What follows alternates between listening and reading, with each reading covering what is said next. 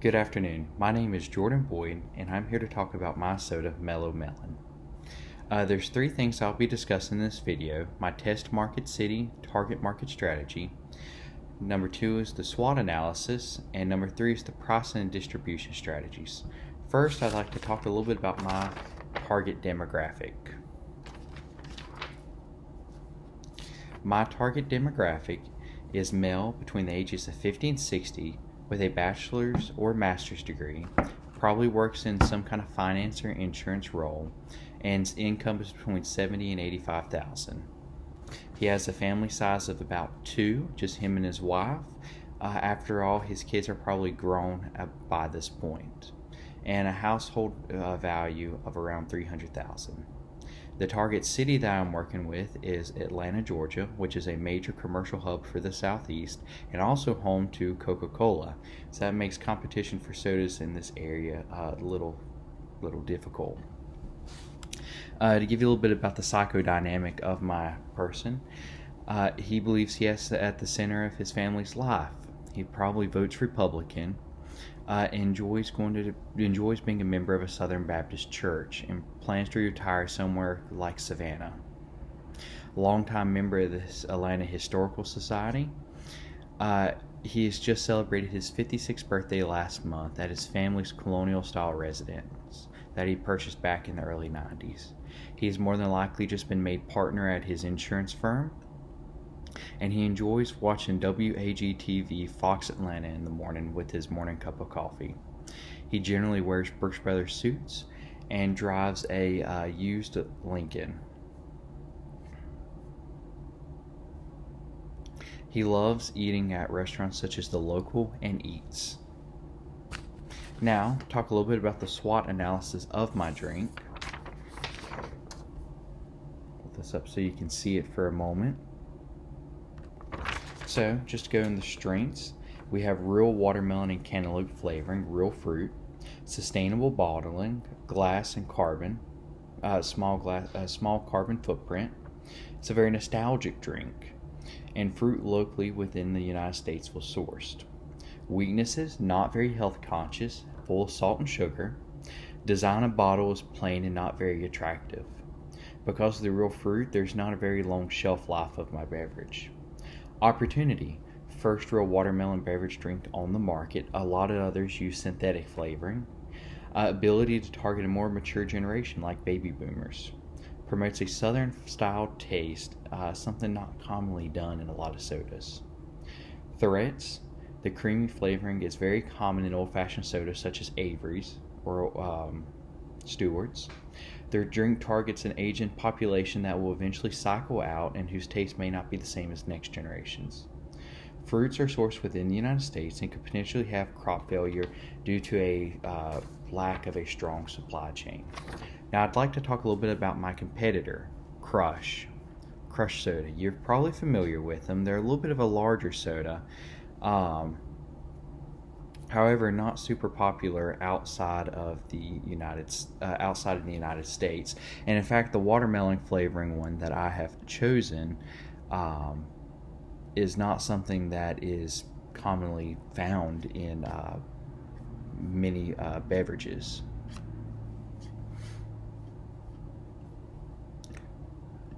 Sorry for the delay. I will find it here in just a second. I have no idea where it went.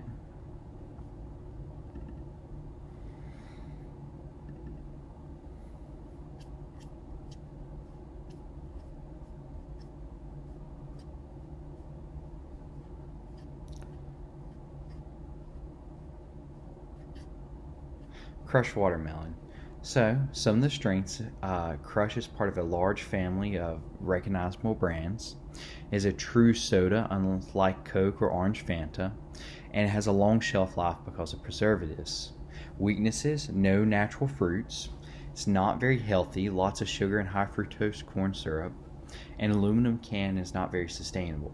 Opportunities: can use the name to position itself better among competitors, located in a far larger market, and can outlast most competitors in a marketing war. Threats, just another soda from major soda supplier, not original, can be easily knocked off by another soda manufacturer. Because it tastes like any other soda, just in watermelon flavoring, the flavor profile is incredibly weak.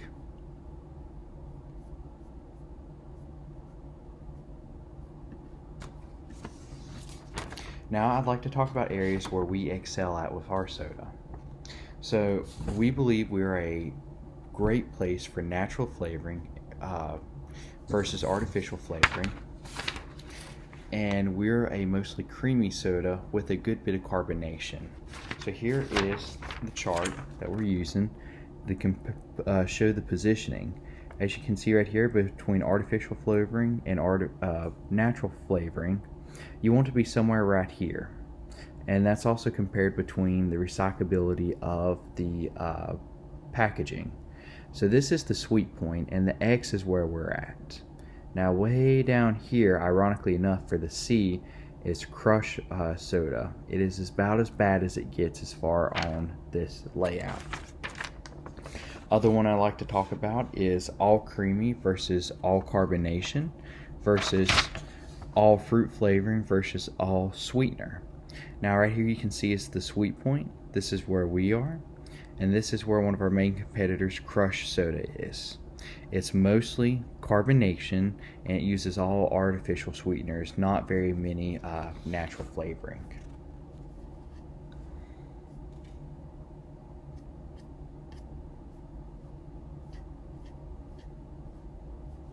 Now I'd like to talk a little bit about our pricing.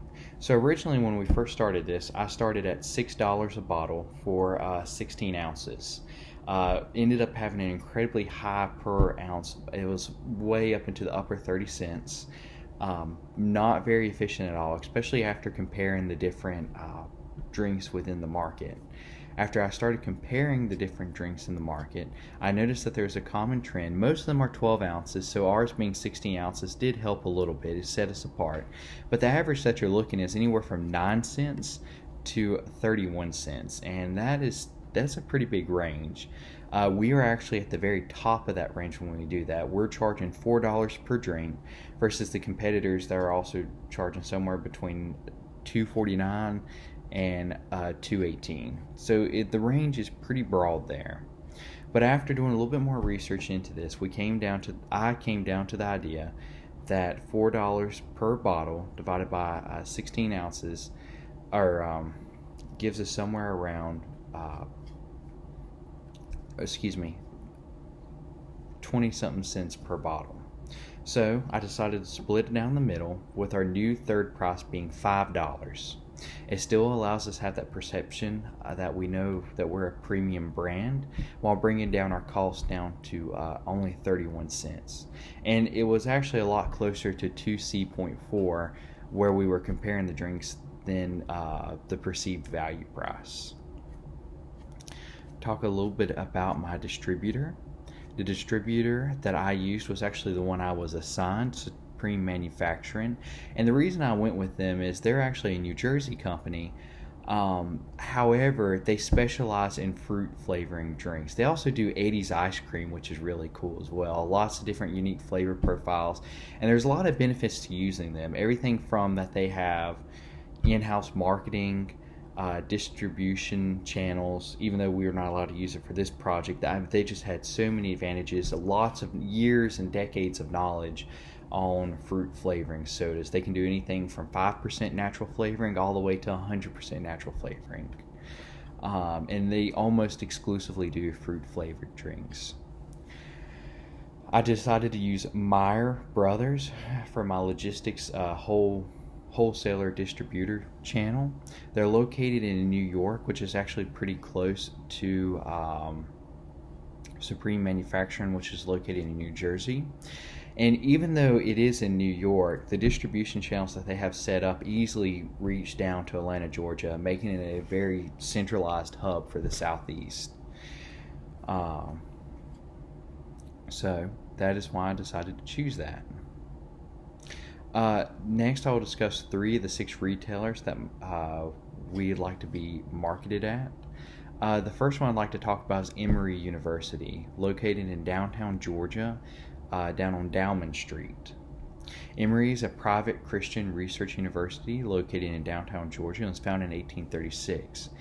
The university is perfect for my drink. It is an old Southern private university that offers higher education opportunities for many leading men and women in Atlanta. It offers a large population for my demographic, both as faculty and alumni. The next one I'd like to talk about is the CEO Network and Social, also located in Atlanta. It is an event for opportunity for older, more established members of the Atlanta business community to join together and socialize and share business ideas and tips and trends in the market. What better place to bring the older, more established demographic who I am targeting to one centralized place to sell my beverage? The third and final one I'd like to talk about is a local restaurant called, and I'm going to say this, it's Sevenada Natural Foods Market. That is spelled Sevananda. Sevenada. This is located on Moreland Avenue in Atlanta, within a centralized suburb of Atlanta.